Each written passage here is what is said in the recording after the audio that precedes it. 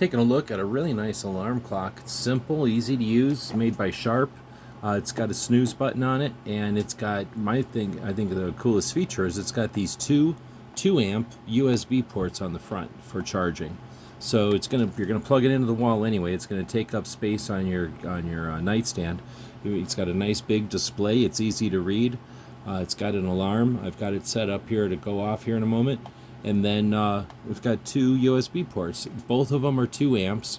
Now what's handy, if you're used to this alarm clock and you get accustomed to it, then you can use 2 AA batteries on the back here.